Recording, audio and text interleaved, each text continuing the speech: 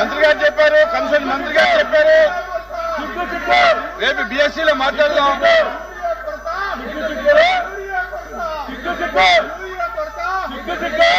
please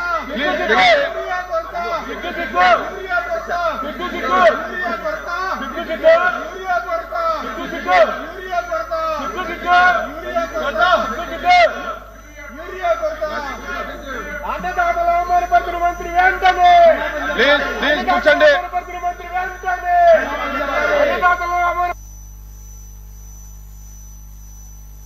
మంత్రి వెంటనే